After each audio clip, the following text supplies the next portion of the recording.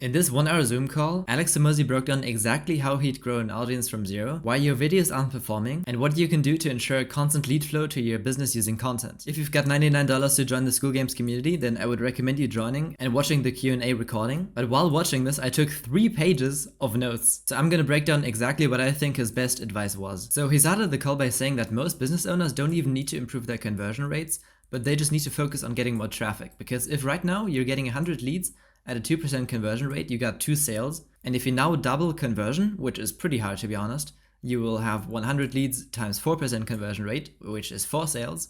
But it's much easier to just 10 times the amount of leads that you get through content and then keep the conversion rate the same, but you would have 5 times as many sales as if you were to improve your conversion rate. So this is the first reason why you should make content. There are 2 more reasons, which the first one is if your paid customers gain value from your free social media content, they will still attribute the value to you. So for example, Sam Ovens used to make a lot of YouTube videos like Monk-like Discipline, 1 hour 40, and people who were in his paid program still watched these videos and attributed the value to him and weren't like upset that they didn't get this in the paid program or whatever. So this is going to help you reduce churn and keep customers satisfied. And then people who have not bought from you are more likely to buy your stuff because they already built that connection with you.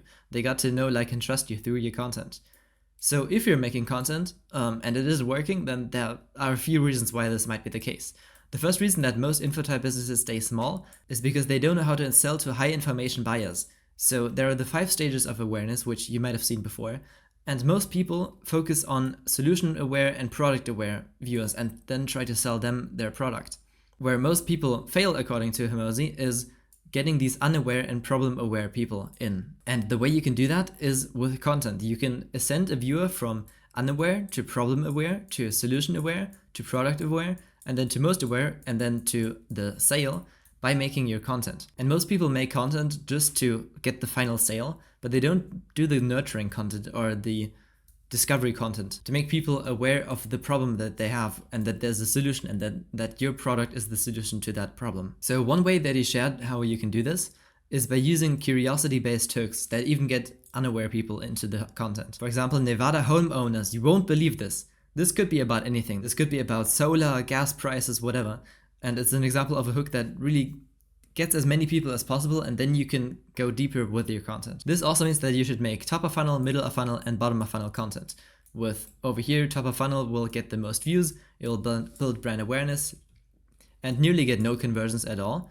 Middle of funnel is going to be like medium views, builds connection, and leads into bottom of funnel. And the bottom of funnel will get low views, but it will build a lot of trust. These 2 also build a bit of trust. But the bottom of funnel is really going to be your converting mechanism. So it will lead people onto your free school community or your discovery call or your paid offer. And one thing to note for our top of funnel content, even though it's supposed to be broad, we shouldn't make it like entertaining style content. We're still trying to build an educational brand here. This because that's from a different Alex Hormozi video. Entertainment viewers will continue to watch entertainment content and education viewers will continue to watch educational content. And these viewers are the ones who have a problem that they want to solve, and therefore they're the only ones who will even consider buying your product or service. Now this next one is very personal to me as well, because I see this happening so many times. But the biggest problem why no one's listening to you is because you're not telling people why they should listen to you. And you can do that using proof, using aspirational efforts and outcomes. I didn't use these words before, those are Hormozi ones, so more on that later. And also by lending credibility. For example, I grew multiple channels to thousands of subscribers, but I never went beyond 20,000 subscribers, or let alone millions of subscribers like Hormozi. So what I'm doing right here is making an association with me, this small guy with a bit of experience, with Hormozi, with his huge credibility and huge amounts of experience. So this is an example for lending credibility. But you will also have some kind of proof and some kind of aspirational efforts and outcomes that you can leverage. And the way you can think of those is by asking yourself, what can you say that no one else can say? And what can you show that no one else can show? And then using these things, you can have or should have clickbaity headlines, but they should just be true. So if your headline is how I made $1 million this year, then that's a great clickbaity headline, but you can only make that headline if it's true. So stop making outlandish claims that you can't back up. I actually spoke to someone recently on an onboarding call for my free school community who said he's an expert in community building and decreasing churn. And while on the call with him, I got to learn that his community shut down after only 2 months. How can you be talking about reducing churn and calling yourself an expert in that? I hope you get the point. But the good news is that everyone has an aspirational outcome based on your scale. So I'm not like the biggest YouTube guru, I'm not the most advanced person who can teach you how to get leads on YouTube. But if we break it down, then I have a better chance. So here's the example. How many people have had success on YouTube and can coach people? A lot of people. How many of them have been uploading on YouTube since they were 10? Probably fewer. How many of them had experience in gaming channels, tutorial channels, education channels, and vlog style channels? Probably fewer. How many of them already achieved big wins for their clients? Probably fewer. So hopefully you get the point. You don't need to be the world's best at something, but you can be the best person at this thing within your context. So why are aspirational outcomes even important? Well, Jeff Bezos, for example, is not famous because of his content or because of some editing tricks that he used, but because of his outcomes. Because he built, I think, Amazon? Was it Amazon? I think so. The same goes for every other billionaire. Elon Musk is not only known because of his great memes or whatever, but he was also well known before he started posting on Twitter with the whole Tesla stories and all of that stuff. If you're just a very interesting person, if you've done a lot of stuff, then people will listen to you. So you might not have an aspirational outcome, which is where effort gets in. So this is demonstration of expertise, and you're establishing yourself as an authority because of your expertise or because of something else you've done. And people will blindly listen to authority. So to get authority, we can 1. Build a company like Amazon, aspirational outcome, or, much easier, we can show how in-depth we understand a topic. Or we can show how well we research something, which is basically what I'm doing with this video. But this doesn't work when you make videos about something that are obvious. So if you made a lot of research on the top 5 healthiest fruit to eat, and then in your video you say, these are the top 5 healthiest fruit to eat. It's bananas, apple, mango, kiwi, and cherries. And I made that up. I have no idea which one are the healthiest ones. But you would think, yeah, that's kind of obvious, whatever. It's not very specific, it's not very interesting at all. Whereas the video like fruit isn't as healthy as you think, and then you back that up with your research or whatever, then you can stand out with your expertise. So don't make obvious content. While I was watching this, I actually realized that Alex does this a lot by breaking down words that no one ever thinks about. Like he defined what is education in this video, or what is value, and then he has the value equation. These are words that people use in their everyday life, but we never define them, or at least we don't think about these definitions.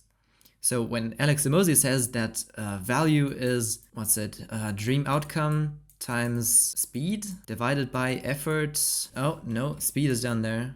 And then likelihood of success or something like that. When he came up with this formula, people were like, what? That's so genius.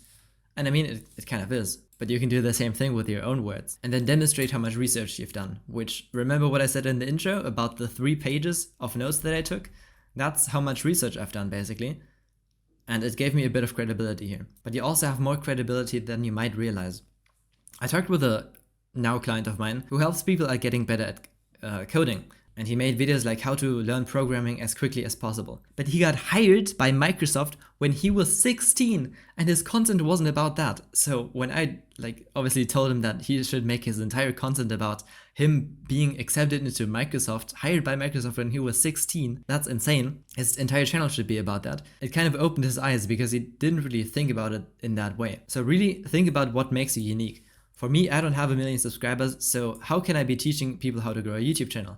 Well, at least I have testimonials of people I helped, and a few thousand subscribers and 8 million views to my name. It's nothing crazy, but it is something that I can leverage. So the step 2 after you defined your aspirational outcome, tell people how you got there. This client of mine who got accepted into Microsoft, he's been learning how to code since he was 8 or something. He worked incredibly hard to make money, even at 12 years old or something. He was helping his father financially. Crazy story. For me, the aspirational effort is that I haven't had a period longer than 6 months where I didn't make a video ever since I was 10. So I've been at this for 10 years now. And I'm saying all of that to say, you will have something that you achieved and you will have a backstory of how you got there. Leverage both of them in your content, even if you don't think it's that special. When I was writing out this, I've been creating content for 9 years, I thought, well, it isn't that special. But I had to stop myself and say, no, this is good. This is something that makes me unique. I started with gaming videos, then tutorials, educational videos, until I started taking on video editing clients and strategy clients. And then I did that for 3 years until I came onto school. And things like these, you need to write down, which is actually the action step. So write down everything you did to get to your level of expertise, and also write down what your level of expertise is. This was a pretty huge part, but it's honestly because it's so important. And if you haven't heard of, by the way, no, we're not done here yet. If you haven't heard of Proof Promise Plan yet, you should also look that up after this video. And I'll link something to that in my free school community. It's basically how you start your videos, and this is a prerequisite to that. I think that's a good word. Moving on to wide versus deep videos. So wide videos are for beginners and deep are for experts. Just try to combine both if possible. This is very similar to the top of funnel, middle of funnel, bottom of funnel content, just something that he said. Now this next thing actually blew my mind, which is that the value equation applies to content. So yeah, here we have the equation. Dream outcome times perceived likelihood of achievement divided by time delay and effort and sacrifice is what defines value. So in our content, we want to demonstrate the cost we are saving people in effort and time by showing our aspirational effort. And we want to increase the perceived likelihood of achievement by showcasing our aspirational effort as well. So we can do this by demonstrating our expertise and talking about stories and customer wins. Because if your viewer thinks that what you're talking about in your video is actually going to work, then it's going to be more valuable than when your viewer thinks it's not going to help them. And for that, we also need to make the content easy. So if I gave you the raw version of my notes, they'd be very hard to understand. It wouldn't make any sense. Even watching the Hormozi Q&A I watched, it's an hour long, but I actually watched it 2.5 times to understand everything. So this video is making it easier to understand it, which reduces effort and sacrifice. To Alex quotes, you will be more persuasive based on how well your target audience can understand you. And that's why he speaks in 3rd grade level and uses analogies to that his audience understands, and you should do the same. And also you should think about pre-digesting your content, so to say. All right, this is kind of a new topic. You can be insanely successful and have these aspirational outcomes, and you can have insanely crazy like aspirational efforts. You can be very hardworking, but if your audience doesn't know that, then you can't leverage it in your content. So show or tell them. This is why in my vlog videos, if you've seen those, you probably didn't, but there I introduce myself every single time. And even on my school about page, my description was like, hey, I'm Benjamin, I've been creating content since I was 10, yappa yappa. Just make sure people know why you're so valuable to them. And then give away the best stuff that you have that will make the biggest difference in your customer's life. Because if your content is really good, then people will be willing to invest more into you.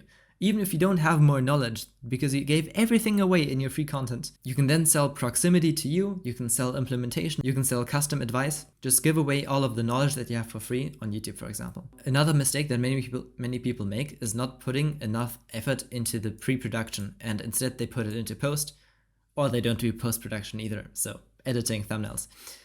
For the pre-production, look at high-performing pieces of content on your platform and say, are there versions of this that I can model using my story? This is why I talk about my Miro board so much. Let me show you, because this is the favorite thing that I do on YouTube. So I screenshot videos that performed really well using the vidIQ extension. It'll show you this outlier tab, and then when you have these outlier videos, you can basically copy the title and then adjust it to your own niche. So for a recent client, I found these videos, for example. How I'm planning to make 10K to 20K a month online in 2024. This is a title that you can literally just copy, like replace the number of money and then 2025 instead of 2024. And then how I'd make 10K a month ASAP if I had to start again. My client's content is about high ticket sales, so we can change this title to how I'd make 10K ASAP if I had to start again with high ticket sales. Very similar concept, and then copying the thumbnail as well, making it look similar, using high performing pieces of content to our own advantage. So, last point, how do we put all of this into action? Alex says to first start with the question, what would it take? What would it take for me to 10x my business with content? And that will make you think of ways to get there, because it is definitely possible to 10x your business with content. The next question after that is, let me get my pencil out. So this is question number 1. Question number 2 is, do you have the resources required, meaning time and money, to do this? Third question is there anything else you can do with those resources, this time and money, that could more than 10x your business? If yes, don't focus on content. 10x your business using these whatever other things. If not though, and you think that content is the best way to 10x your business, then use those resources. Another Hormozi quote, a video that gets a 10% higher CTR and 10% better watch time isn't going to be 1.1 times bigger. It's probably going to be double the size. So 20% but 100% bonus. This really just showcases how important quality is over quantity on YouTube. But this is my personal anecdote. In the beginning, you should focus on quantity to get better quality.